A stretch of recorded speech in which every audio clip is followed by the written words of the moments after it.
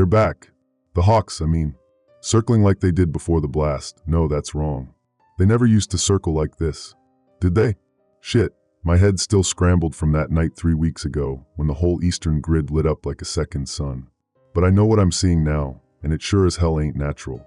I'm crouched on the fire escape of what used to be Hendrix Electronics, watching these things through cracked binoculars I liberated from the sporting goods store down the block. The building still reeks of burnt circuitry and that sweet sick smell of melted plastic. 27 hawks, no 28 now. Another one just joined from the south, wings beating wrong, too jerky, like a marionette with tangled strings. They're riding thermals that shouldn't exist in this dead air, circling the intersection of 5th and Morrison, where the fallout settled thickest after the wind shifted. My Geiger's going nuts. Not the steady clicks we got used to hearing in the outer zones, but these weird double ticks, like it's stuttering, like it's confused. Makes sense, we all are. Click, click. Pause. Click, click. The sound makes my teeth ache. See, here's what they don't want you knowing. The Eco-Control Squad, those clipboard-carrying bastards who showed up 2 days after the detonation with their clean yellow suits and their everything's under control bullshit. They've been feeding us data that doesn't add up. Radiation levels that don't match what my jury-rigged equipment's telling me. Wildlife reports that claim the contamination zone is stabilizing. Bullshit. Pure, weapons-grade bullshit. The hawks are proof. These aren't the same red tails that used to hunt the park 3 miles south of here. Those birds had sense. They cleared out when the sirens started. These things, they're different. Bigger.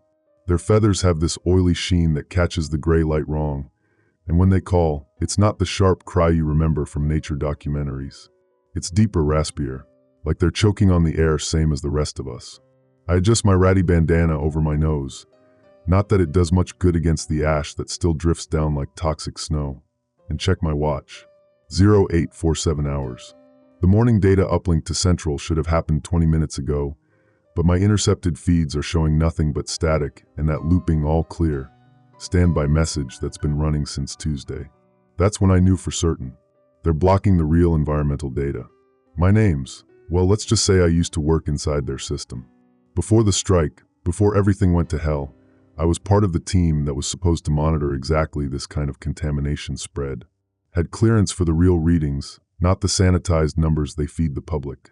When I started asking questions about the discrepancies, why the atmospheric particulate sensors were showing spikes in sectors they claimed were clean, that's when I became a security risk. Now I'm out here with the rest of the abandoned, watching irradiated birds circle our dying city, while the Eco-Control Squad plays damage control with our lives. The thing that gets me most, though, the thing that makes my hands shake when I think about it, is I can't remember exactly when the hawks started showing up. Was it right after the detonation? Days later? My memory of those first 2 weeks is full of holes, like Swiss cheese made of trauma and too much radiation. But I know the timeline matters. If the birds appeared immediately, it means the contamination hit the ecosystem harder and faster than anyone's admitting. If they showed up later, it means this thing is still evolving. Either way, we're doomed, and they know it. Click, click. Pause. Click, click. I lower the binoculars and wipe my eyes. They've been watering more lately. Could be the ash, could be something worse. But I can still see well enough to spot the anomalies. Like how the hawks never land. Normal raptors, they perch. They rest. These things just keep circling, hour after hour, like they're powered by something other than muscle and instinct. There's a pattern to their flight, too. Not random hunting circles, but something more deliberate. Systematic.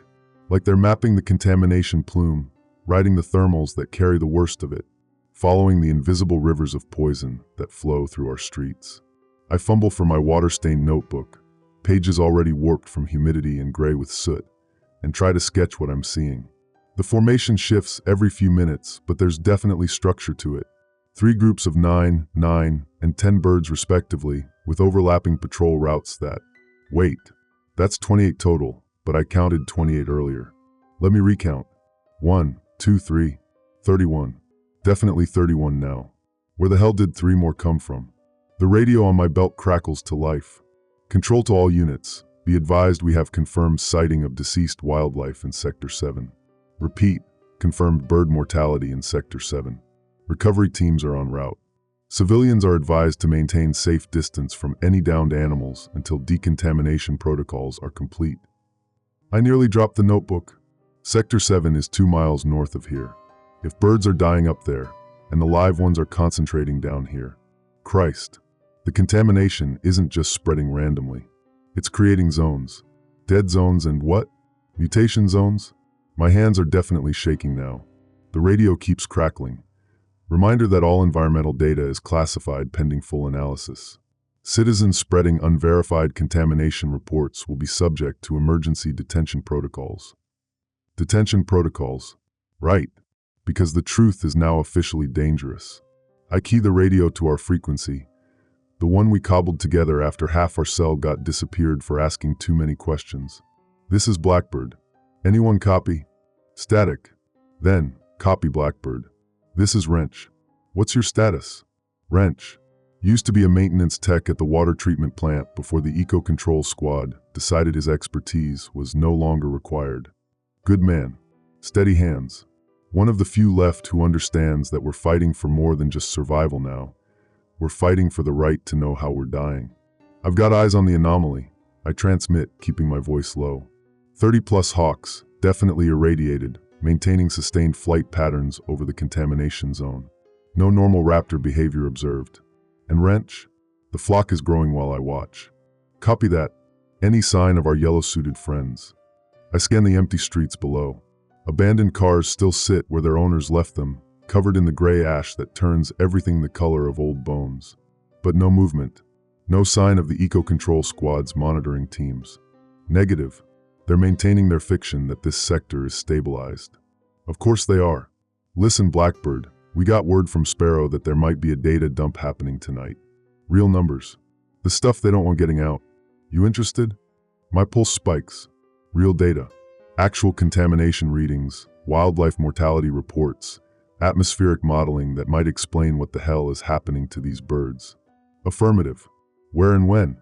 Stand by. The radio goes quiet, leaving me alone with the sound of wind through broken windows and the persistent click-click of my Geiger counter. I look back up at the Hawks, still circling, still wrong, and I think about what my supervisor used to say before they reassigned him to some classified project. Nature doesn't lie. It can't. Only people lie. The Hawks are telling us something. Something the Eco Control Squad doesn't want us to hear. Above me, one of the birds lets out that rasping call, and 3 others answer from different points in the formation. It sounds almost like communication, coordination. I check my watch again. 0903 hours. The birds have been circling for 47 minutes straight, and their numbers keep growing. In my old life, my life before the detonation, before the lies, before everything went to hell, I would have called that impossible. Now I'm starting to think impossible is just another word for classified. My Geiger counter skips a beat, then resumes its stuttering rhythm. Click, click. Pause. Click, click. Something brushes my shoulder.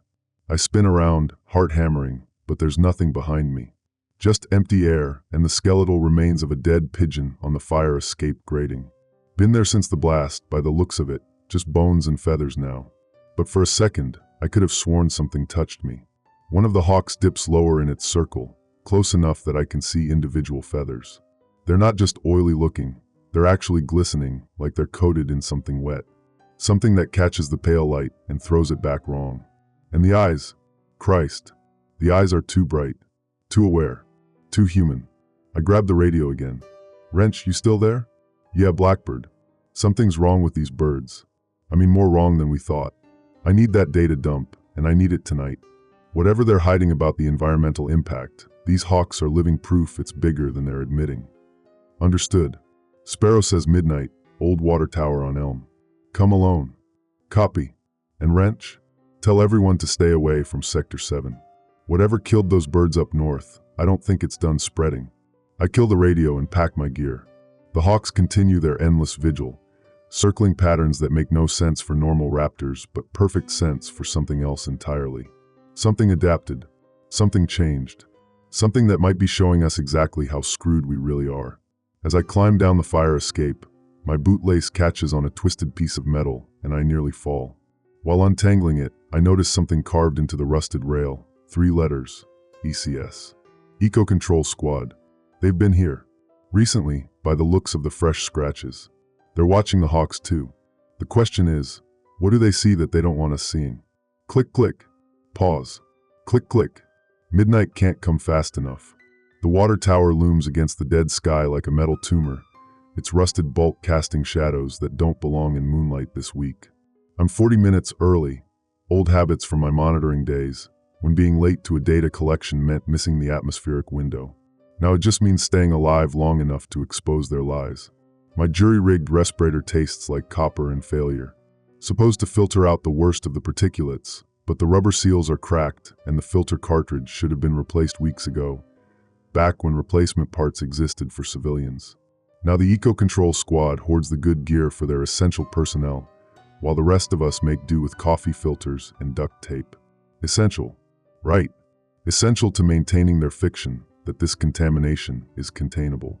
I crouch behind a rusted shipping container, checking my equipment one more time. The modified Geiger counter wrench built from salvaged smoke detector parts is clicking its stuttering rhythm. Click, click, pause, click, click.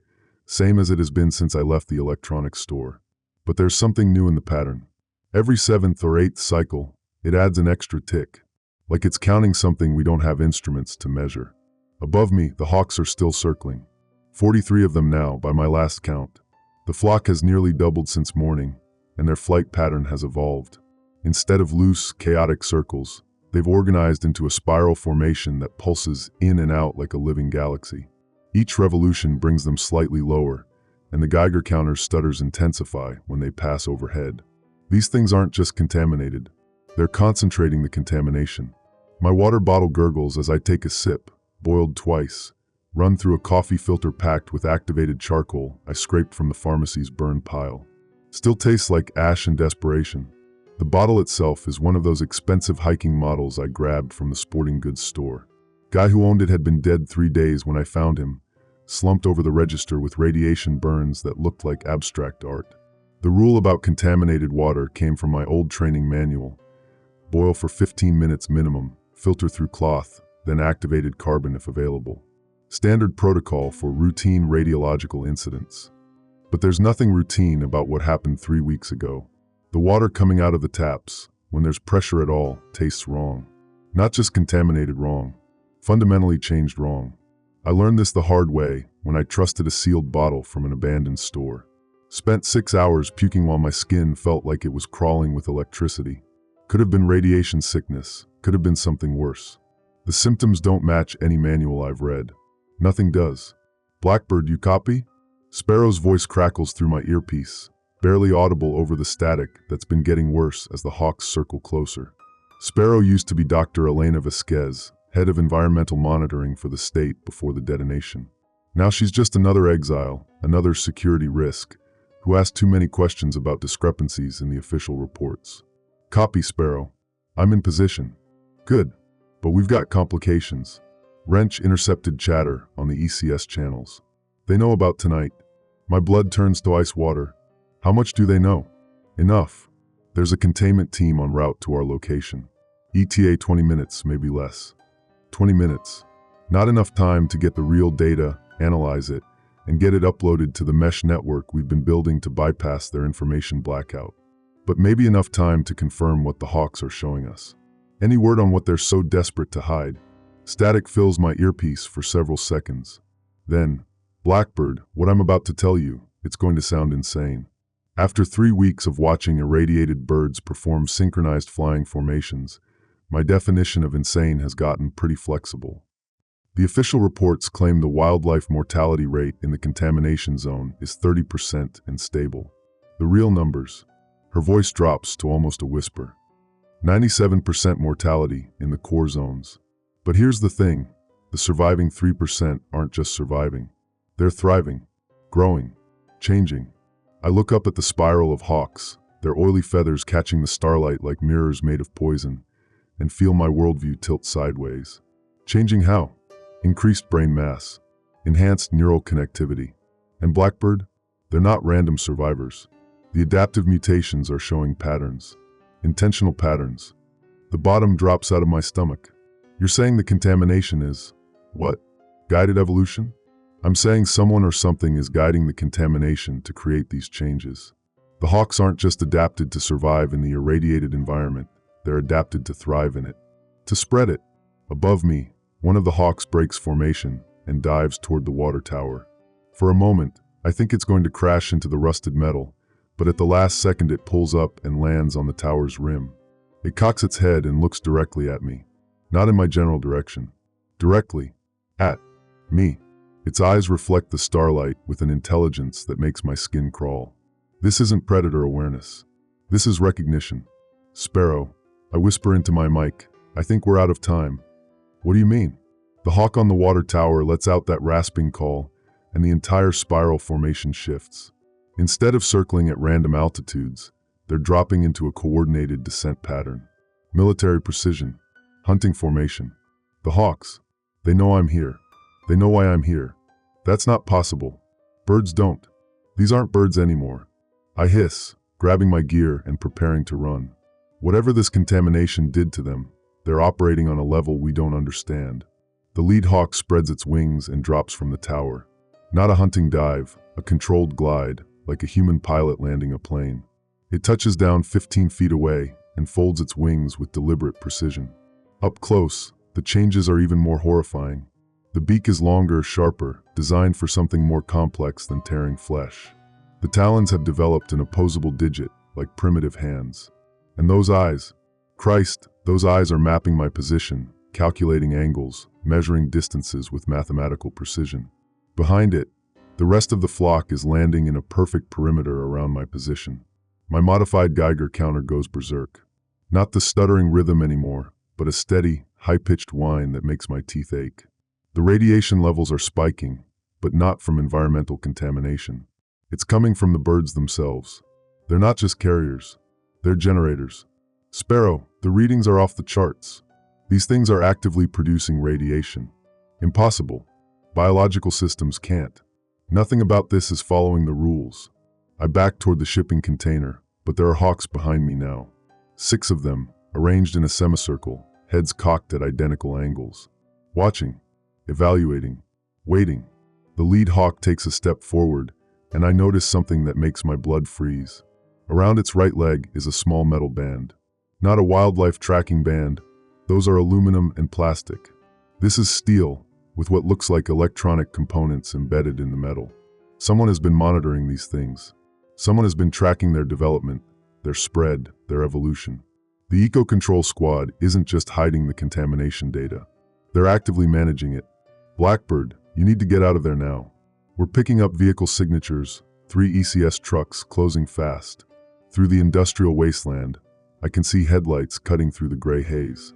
Military vehicles, moving without running lights except for the spots they're using to sweep the terrain. Looking for us. Looking for me. The hawk with the tracking band cocks its head and makes a sound I've never heard from any bird. A clicking mechanical noise, like static being processed through organic vocal cords. The other hawks respond with identical sounds, a symphony of artificial communication that my brain keeps trying to interpret as language. They're not just evolved, they're networked. My respirator fails with a wet wheeze, the overstressed seals finally giving up. Contaminated air floods my lungs, carrying that metallic taste I've learned to associate with death. But I don't drop immediately. Don't even feel the burning sensation the training manuals warned about. The air doesn't feel contaminated anymore. It feels charged, alive, like breathing electricity made organic. This is ECS Team Alpha. A voice booms through a loudspeaker. Unauthorized personnel in the contamination zone. Identify yourself immediately. The hawks don't scatter at the sound. They don't even look toward the approaching vehicles. They keep their attention focused entirely on me, waiting for something. But what? The lead hawk takes another step forward and extends its wing. Not a threat display, a gesture. An invitation. Like it wants me to, what? Touch it? Follow it? In the distance, the ECS trucks have stopped, and I can see figures in full hazmat suits deploying with equipment I don't recognize. Not standard radiation detection gear. Something more sophisticated. Something designed for tracking specific biological signatures. They're not here to contain a contamination leak. They're here to retrieve their test subjects. And I just realized I might be one of them. The hawk's tracking band catches the starlight, and I can see details now. A small LED blinks green in a rhythm that matches my Geiger counter's new pattern. Whatever frequency this thing is monitoring, It's synchronizing with the radiation I'm carrying.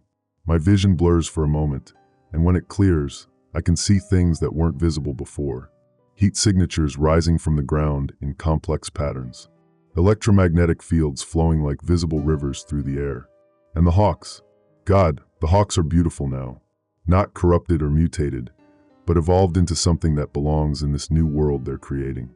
Sparrow, I whisper, not sure if my radio is even working anymore. I think I understand what they want. Blackbird, your signal is breaking up. What did you say? The lead hawk extends its wing further, and I can see now that what I thought was an invitation is actually an injection site. A small puncture wound in the wing membrane, fresh and surgically precise.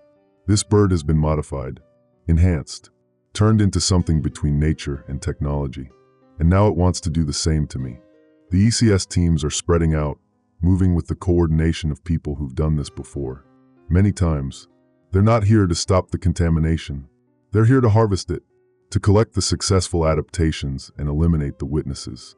I have maybe 3 minutes before they reach my position. 3 minutes to decide whether to run, fight, or submit to whatever these hawks represent. Above us, the rest of the flock has resumed their spiral pattern, but slower now. More deliberate, like they're providing cover for some kind of procedure. The lead hawk clicks again, and this time I swear I can almost understand it. Not the words, but the meaning behind them. An offer. A chance to evolve instead of dying slowly from conventional radiation poisoning. My hands are shaking, but not from fear anymore. From anticipation. From the growing certainty that everything I thought I knew about contamination and mutation and survival was wrong. The hawks aren't victims of the blast. They're the point of it, and they're offering me a chance to join them in whatever comes next. The question is, do I trust the monsters I can see, or the ones wearing hazmat suits and carrying tranquilizer guns? Target acquired, echoes through the ECS loudspeaker. Beginning extraction protocol.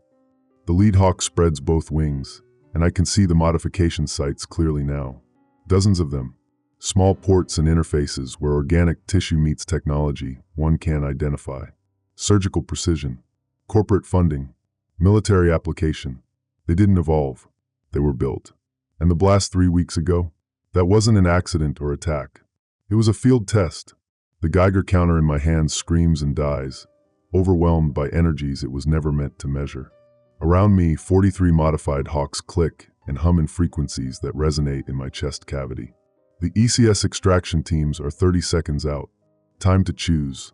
Run and die slowly from conventional radiation, or stay and find out what humanity is supposed to become.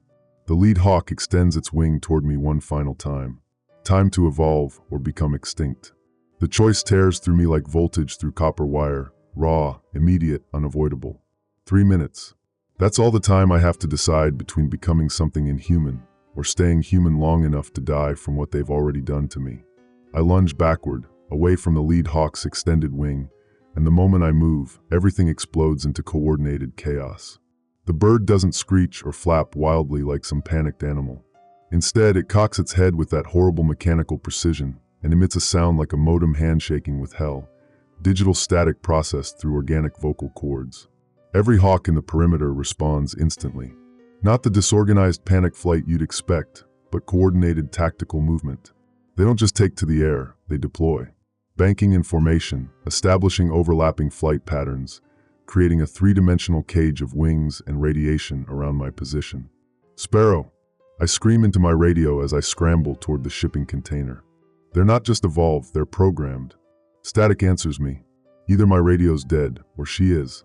The ECS trucks are close enough now that I can hear the whine of their electric motors over the synthetic symphony of hawk calls. Through the haze, I catch glimpses of the hazmat teams moving with inhuman coordination. Too smooth, too synchronized, like they're operating on the same networked frequency as the birds. Christ, they're all part of the same system. I vault over a collapsed section of chain-link fence, my jury-rigged respirator finally giving up completely with a wet, gasping wheeze. The contaminated air floods my lungs, but instead of the burning agony I expected, there's something else. A tingling sensation that spreads from my chest outward, like my blood is being replaced with carbonated electricity. The hawks above me shift formation again, and I realize they're not trying to capture me, they're hurting me. Every time I veer toward what looks like an escape route, One of them drops down and hovers just close enough to force me back toward the water tower, toward the center of whatever sick experiment this has become. My modified Geiger counter is shrieking now, that stuttering click-click pattern from before transformed into a continuous wail. The needle isn't just buried in the red, it's oscillating wildly between maximum readings and complete zero, like it's trying to measure something that exists between conventional physics. New forms of radiation. The kind that rewrites genetic code instead of just destroying it. The kind that turns evolution into an engineering project. I duck behind an overturned truck, pressing my back against rusted metal that feels warm to the touch despite the cold night air. Everything here is warm. The ground, the debris, even the air itself carries a heat signature that has nothing to do with ambient temperature. It's the heat of transformation, of things becoming other things. This is ECS Team Alpha, booms the loudspeaker, close enough now that I can feel the vibrations through the truck's chassis. Unauthorized biological experiment in progress. Beginning immediate containment procedures. Unauthorized biological experiment. That's what they're calling me now. Not trespasser, not activist, not even terrorist. Experiment. Like I'm already part of their laboratory. The lead hawk lands on the truck's hood with a metallic thud that shouldn't be possible for something with hollow bones. Up close, under the starlight, I can see that the modifications run deeper than just the tracking band. Its entire skeletal structure has been reinforced with what looks like a titanium matrix. Its feathers shimmer with an oily iridescence that reacts to electromagnetic fields. And those eyes are compound cameras, multifaceted like an insect's, but with the resolution of military surveillance equipment. They're not just watching me, they're recording everything, analyzing, feeding data back to whatever central processing unit is running this nightmare. You beautiful bastards, I whisper, and I mean it. The scientific part of my brain, the part that used to get excited about anomalous data readings, is absolutely fascinated by what they've become. They're not corrupted by the contamination, they're optimized for it. Living detectors that can process radiation levels in real time and adapt their biology accordingly. They're everything I wished our monitoring equipment could be, made flesh and feather and electronic nightmares. The hawk tilts its head, and for a moment I swear it's listening. Not just to sound, but to something deeper. The electromagnetic emissions from my brain, maybe. The bioelectric signature of my thoughts. Then it spreads its wings, and I can see the full scope of the modifications. Dozens of interface ports running along the wing bones. Fiber optic cables woven into the flight feathers. And embedded in the breast, barely visible beneath the oily plumage, a device that pulses with the same rhythm as my dying heartbeat. They're not just monitoring the contamination. They're becoming it. Turning themselves into living instruments that can survive and thrive in an environment that kills everything else. The question is, what happens to the original consciousness when the upgrade is complete? A spotlight blazes to life, turning my hiding spot into a stage. The ECS team has found me, and they're moving in from three sides with the casual confidence of people who've done this exact thing many times before. Subject identified, calls a voice through a radio. Not the loudspeaker this time. Direct communication between team members. Radiation exposure consistent with stage 2 adaptation. Recommend immediate extraction before cellular integration reaches critical mass. Stage 2 adaptation. Like there's a whole flowchart for this process. I peek around the edge of the truck and count 4 figures in full hazmat suits, carrying equipment that definitely isn't standard radiation detection gear. The devices in their hands look more like the bastard children of medical scanners and weapons systems. Pointed at me, humming with barely contained energy. Behind them, a 5th figure emerges from the lead truck. No hazmat suit, just military fatigues and a respirator that looks like it was designed by someone who understood radiation on a level that makes my old training manuals look like children's picture books. The figure raises a hand, and the hawks immediately shift formation. Not scattering, repositioning. Taking up new coordinates in that precise spiral pattern I observed earlier, but tighter now. More focused. They're not wild animals anymore. They're components in a tactical system. Military assets with wings and modified nervous systems. And the person in fatigues is their commanding officer. Dr. Martinez, the figure calls out, voice carrying easily across the wasteland. Female, authoritative, familiar in a way that makes my skin crawl. You can come out now. The extraction team is here to help. Dr. Martinez. My real name. The name I haven't used since I went underground 3 weeks ago. The name that's supposed to be buried in classified files that only government agencies can access. They've known who I am this entire time. I stand up slowly, hands raised, mind racing through the implications. If they know my real identity, then they know my background. My expertise in atmospheric contamination patterns. My security clearance. My access to pre-blast environmental data that could unravel their entire narrative about controlled incidents and acceptable losses. They're not here to silence a rogue whistleblower. They're here to recruit a specialist they've been watching since day one. Commander Price. I call back, the name coming to me from memory files I'd tried to delete. Still running unauthorized human experiments, I see. The figure removes her respirator, revealing a face I remember from congressional hearings on radioactive waste management. Dr. Sarah Price, former Army Corps of Engineers, current director of something called the Adaptive Response Initiative. The woman who testified under oath that controlled contamination exposure could never produce beneficial mutations in complex organisms. She was lying then. She's been lying the entire time. And now she's standing in the middle of a contamination zone without protection, breathing air that should kill her in minutes. Not unauthorized anymore, she replies, walking closer with the casual confidence of someone who owns the battlefield. As of 18 days ago, the Adaptive Response Protocol has full congressional approval. Emergency powers during biological crisis situations. The hawks above us click and we're in harmonious frequencies, and I realize they're commenting on the conversation. Providing real-time analysis of stress levels, deception indicators, probability assessments. They're not just surveillance, they're integrated tactical support. Congressional approval for what, exactly? Turning wildlife into cyborg weapons. Price stops 20 feet away, close enough for conversation, but far enough to avoid any desperate moves I might make. Professional distance maintained even in the middle of this nightmare. For ensuring human survival in a post-contamination world, Dr. Martinez. The radiation levels in the core zones aren't decreasing, they're stabilizing at lethal concentrations. And conventional decontamination methods aren't just ineffective, they're accelerating the spread. She gestures to the spiral of hawks above us, their movements now clearly coordinated like a living surveillance grid. These specimens represent successful adaptation to high radiation environments. They've not only survived exposure levels that would cook conventional organisms in minutes, they've integrated that radiation into their biological systems as an energy source. They're living proof that evolution can be guided, accelerated, weaponized. And what about consent? What about the right of species to exist without being turned into laboratory experiments? Price's expression doesn't change, but I catch a flicker of something. Impatience? Disappointment? Like I'm not asking the right questions. The right of species to continue existing at all trumps individual consent, Dr. Martinez. The contamination is spreading. Not just from this incident site, but from locations worldwide. This isn't an isolated accident. It's the opening phase of a planetary transformation that will either produce new forms of life capable of thriving in high radiation environments, or result in complete biosphere collapse within 18 months.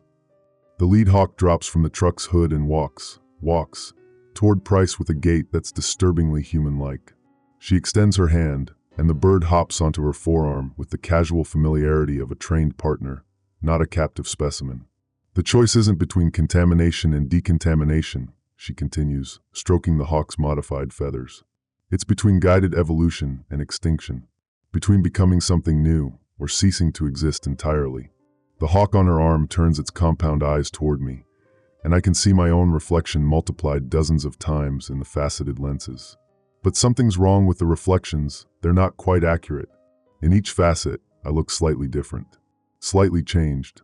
Like the hawk is running probability calculations on what I could become, showing me potential futures in real time. The subjects who volunteer for the guided adaptation process retain full cognitive function, Price continues, her voice taking on the tone of a sales pitch. Enhanced, actually. Improved pattern recognition, expanded sensory range, direct neural interface with information networks. They become living bridges between the old world and the new one. The future of environmental monitoring made flesh.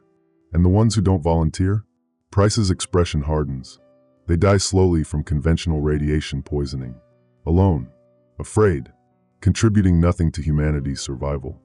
Around us, the ECS team maintains their positions, those hybrid scanner weapons trained on me, but not threatening. Waiting. They're not here to force me into anything, I realize.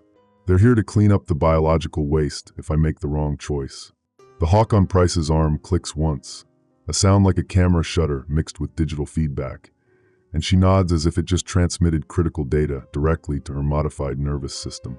Your cellular adaptation is already at 68% completion, she says, consulting a device that pulses in sync with the hawk's breathing.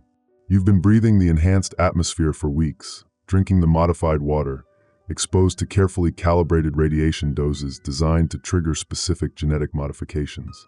The biological integration process began the moment you entered our monitoring zone 3 weeks ago. My legs nearly buckle. The water I've been boiling. The air I've been filtering. The entire time I thought I was protecting myself, I was actually participating in their experiment, in my own transformation. I'm saying you're already becoming one of them, Dr. Martinez. The only question is whether you complete the process with our guidance and medical support, or fight the transformation until your nervous system overloads and you die in convulsions. We've documented both outcomes extensively. I look up at the spiral of hawks, and now I can see what Price is talking about. They're not just circling, they're processing, taking in electromagnetic data, analyzing atmospheric compositions, sharing information through some kind of biological network that spans the entire contamination zone. They've become what environmental monitoring systems always aspired to be, living instruments fully integrated with the ecosystem they're measuring. They're the future I dedicated my career to building, made flesh and wing and electronic neural networks. The modified Geiger counter in my hands finally surrenders completely, dissolving into static and screaming metal as energies it was never designed to detect overwhelm its circuits. But I don't need it anymore. I can feel the radiation levels now, not as dangerous contamination, but as information, as communication frequencies, as the carrier waves for a conversation between parts of myself that used to be separate biological systems. The tingling that started in my chest has spread to my extremities. My vision is sharper, more layered. I can see heat signatures bleeding into the infrared spectrum, electromagnetic field fluctuations manifesting as visible aurora around every piece of electronic equipment. And the sounds the hawks are making, they're not just calls anymore. They're language. Complex, multi-layered communication that my modified auditory cortex is beginning to process and translate. They're saying, "Welcome home. Join the network. Become what you were meant to be." The adaptation is accelerating, Price observes, consulting her scanner with the detached interest of a researcher monitoring lab results. Neural integration at 74% and climbing. Dr. Martinez, we need your decision now. Guided transition with full medical support systems, or uncontrolled metamorphosis with an 87% mortality rate based on our previous test subjects. I look at my hands and they're changing. Not grotesquely, not into something monstrous, but into something optimized. The skin has developed a subtle bioluminescent response, a living readout that displays radiation levels in real time through shifting patterns of light. My fingernails have hardened and taken on the same metallic sheen I've observed in the hawk's talons, natural tools for interfacing with electronic systems. I'm becoming a living instrument, a biological component in the environmental monitoring network I've spent my entire career trying to perfect. The question isn't whether to accept the change is already happening. The question is whether to embrace it or fight it until it kills me. Above us, the hawks shift into a new formation.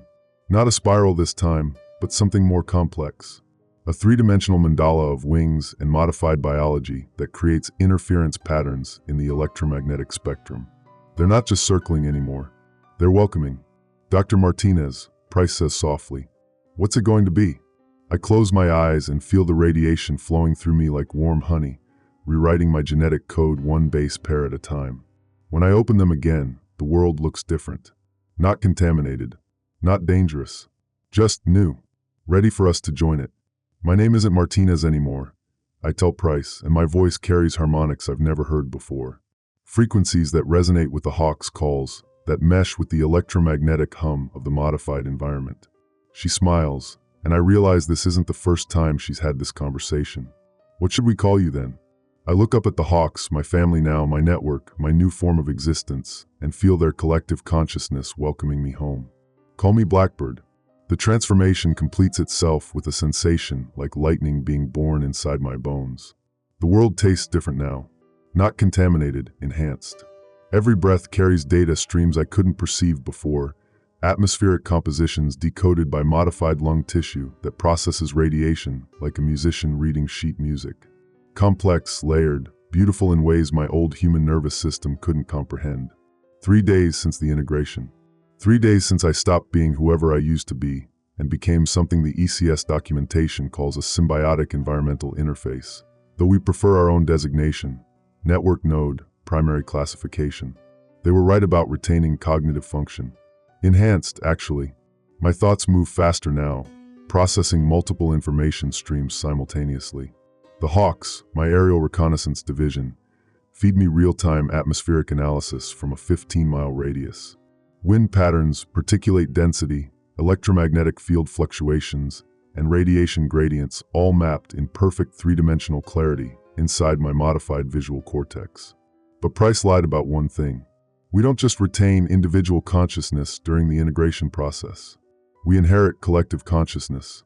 Every hawk in the network, every modified organism in the ecosystem, every successful adaptation carries the accumulated knowledge of everything that came before. The price of evolution, it turns out, is sharing headspace with every mind that ever learned to survive what they called the enhanced environment. I am whoever I used to be, environmental specialist turned resistance fighter. I am also Mockingbird 7, the first successful avian integration, who died learning that modified rainfall dissolves conventional electronics. I am Caracara Prime, who discovered that the electromagnetic field fluctuations follow tidal patterns tied to lunar positioning. I am 36 other consciousness fragments, biological specimens who volunteered or were volunteered for the greater good of planetary adaptation. We are many. We are connected. We are what humanity is becoming, one forced evolution at a time. The compound where they're housing the successful integrations sits in what used to be the university's agriculture research facility, back when universities existed for education instead of military bioengineering projects. 37 buildings converted into monitoring stations, medical laboratories, and dormitories for subjects undergoing various stages of biological modification. I share a building with 6 other network nodes, all specialists in different fields whose expertise proved valuable enough to justify the resource expenditure of guided integration. The atmospheric physicist whose modified nervous system can process weather patterns 3 weeks in advance. The former military intelligence officer who coordinates our tactical reconnaissance through neural interface with reconnaissance drones that used to be golden eagles. The soil contamination expert whose hands have developed the ability to analyze chemical compositions through direct contact. We gather each evening in what used to be the facility's main conference room, but our meetings aren't conducted through spoken language anymore. Direct neural interface allows for data exchange speeds that make verbal communication feel like trying to fill a swimming pool with an eyedropper. Tonight's briefing carries particularly complex emotional resonance. New integration subjects are arriving tomorrow, not volunteers this time, but survivors from the northern contamination zones who failed their preliminary adaptation screening.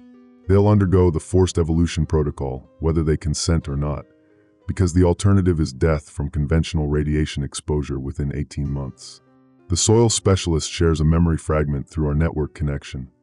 Families loaded onto transport vehicles at gunpoint, children crying as they're separated from parents whose biological markers indicate low adaptation potential. The adults will become test subjects for newer, more aggressive modification procedures. The children will enter the accelerated evolution program designed for subjects with more flexible genetic structures. None of them know what they're volunteering for. Most still believe they're being rescued. The military intelligence officer broadcasts tactical analysis with clinical detachment. Global contamination levels have reached critical thresholds in 47 major metropolitan areas. Traditional decontamination efforts have not just failed. They've accelerated the spread by creating atmospheric instability that allows radioactive particles to travel farther and faster than predicted. The only viable long-term survival strategy is biological adaptation on a species-wide scale. Translation: everyone gets modified whether they want it or not, because the planet is becoming uninhabitable for baseline human biology. The atmospheric physicist adds meteorological projections that paint an even grimmer picture. The contamination isn't random. It's following patterns that suggest intentional global distribution. Someone somewhere has been orchestrating the planetary transformation from the beginning. The accidents weren't accidents. They were deployment events in a systematic terraforming project designed to force evolutionary pressure on every living organism on Earth. But who? And why? The question resonates through our shared consciousness like a discordant note in a symphony. None of us remember enough of our pre-integration lives to trace the source, but fragments of suppressed memories surface during our daily neural maintenance cycles. Corporate logos glimpsed in classified documents. Congressional hearing transcripts that mention planetary optimization studies. Research proposals for guided evolution initiatives submitted to government agencies that officially didn't exist. I access my personal memory archive, the partition of consciousness that still remembers being human enough to feel anger about betrayal. 3 weeks ago, I thought I was investigating environmental cover-ups as a whistleblower, exposing their lies to rally other survivors. Now I realize I was documenting the opening phases of a deliberate redesign project that makes every science fiction nightmare look optimistically conservative. The irony tastes like copper and ozone.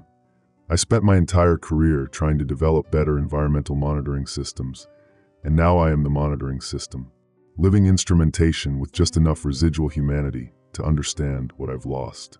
Through the network, I feel my reconnaissance hawks adjusting their patrol routes based on atmospheric pressure changes Dr. Kim detected through her modified sensory apparatus. 12 birds strong now, circling a widening perimeter around the facility, their compound eyes recording everything for analysis by the collective consciousness. But they're not just surveillance anymore. They're extensions of my own nervous system, remote sensory organs that allow me to experience the contaminated landscape from multiple perspectives simultaneously. What they show me is beautiful in ways that human aesthetics were never designed to appreciate. The radiation doesn't just contaminate, it illuminates. Plants glow with bioluminescent adaptations. Water sources shimmer with beneficial microorganisms that thrive on gamma radiation. Even the soil itself has developed a crystalline structure that processes radioactive decay into usable energy for the modified ecosystem. The planet isn't dying. It's molting, shedding its old biosphere like a snake discarding skin that no longer fits its evolved form. And we're the midwives of its transformation, whether we consented to the role or not. The military intelligence officer shares a tactical update through direct neural interface. Resistance groups in 17 different locations are attempting to develop cure protocols to reverse the adaptation process in modified organisms. Their efforts are not only futile, they're actively harmful to subjects who've undergone successful integration. Attempting to strip away the enhanced biological systems causes cascading organ failure and neurological collapse within hours. There is no going back. Evolution doesn't have a reverse gear. The resistance groups don't understand that yet, but they will. Either through voluntary education or through forced demonstration when their own biology begins responding to the spreading contamination. No one is immune.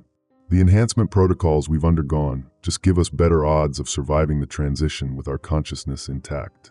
The soil specialist broadcasts memories of the analysis she conducted yesterday. The contamination has reached groundwater systems that supply agricultural regions across 3 states. Within 6 months, every major food production area will require modified organisms to maintain viable crop yields. Within 18 months, unmodified humans won't be able to process nutrition from plants grown in enhanced soil without developing severe digestive system disorders. The choice isn't between modified and unmodified humans anymore. It's between modified humans and dead humans. But the emotional resonance of that realization carries guilt frequencies that interfere with our network connection. The partition of my consciousness that still remembers caring about individual consent, that remembers the defiant rage of fighting their system, broadcasts distress signals that make the collective wince in sympathy. We were all human once. We all remember what it felt like to value personal autonomy over species survival. The new subjects arriving tomorrow will go through the same psychological journey we did. Denial, anger, bargaining, depression, acceptance. But their timeline will be accelerated because the contamination levels outside the facility have increased exponentially since our integration. They won't have weeks to adapt gradually. They'll undergo forced evolution or die from acute radiation exposure within days. The atmospheric physicist shares a weather prediction through the network. A storm system approaching from the northwest carries atmospheric contamination concentrations that exceed lethal thresholds for unmodified organisms. The rain, when it falls, will essentially function as an aerosolized evolution catalyst. Anyone caught in it without proper biological preparation will either adapt rapidly or experience cellular breakdown at the molecular level. Natural selection accelerated to real-time speeds. Through my Hawk network, I observe the facility's perimeter security conducting final preparations for tomorrow's intake procedures. Medical stations being prepared, integration chambers tested, containment protocols verified. Everything smooth, professional, efficient. The machinery of guided evolution operating with the same bureaucratic competence that once processed tax returns and driver's license renewals.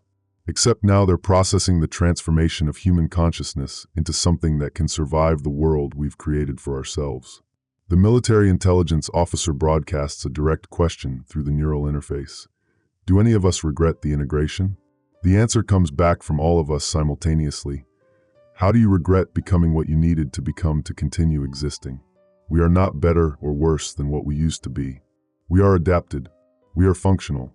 We are alive in an environment that kills the unmodified. Moral judgments about the process seem irrelevant when the alternative was extinction. But the fragment of consciousness that still remembers my old defiant voice whispers a different response, one I don't share with the network. I regret that we were never given the choice to find a better way. I regret that our resistance failed before we even understood what we were fighting. Outside, my reconnaissance hawks detect the approaching storm system the atmospheric physicists predicted. Lightning that carries electromagnetic frequencies in the gamma range. Rain that glows with bioluminescent microorganisms.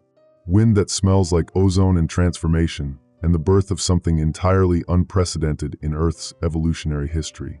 The storm will reach the facility around dawn, just as the new subjects arrive for their integration procedures. Poetic timing, whether planned or coincidental. They'll witness the old world ending and the new world beginning simultaneously. Through the network, the military intelligence officer shares tactical projections for the resistance groups still attempting to fight the transformation process.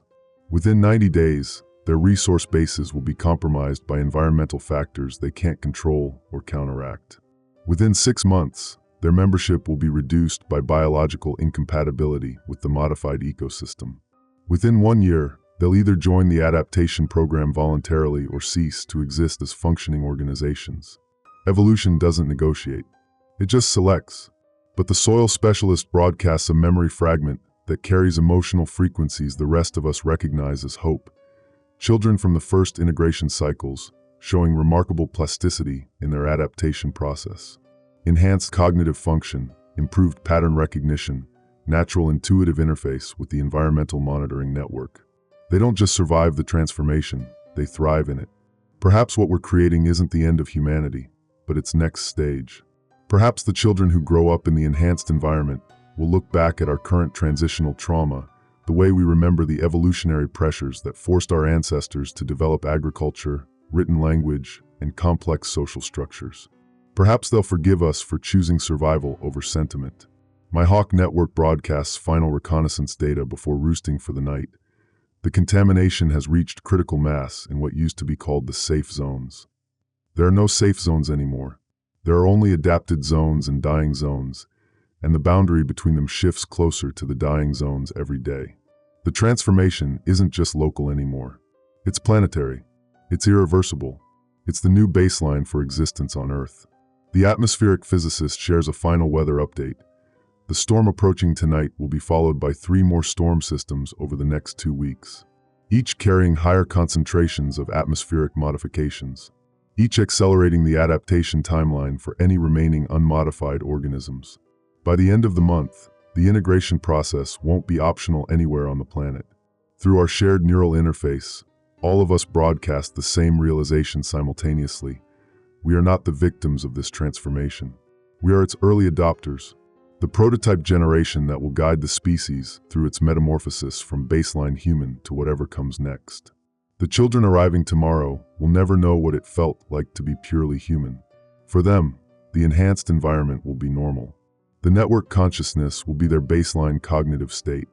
The modified ecosystem will be the only world they remember. They will inherit a planet we destroyed and rebuilt in our own image, optimized for survival rather than sentiment. And they will be better than us at living in it. I close my eyes and feel the electrical storm approaching through my modified nervous system.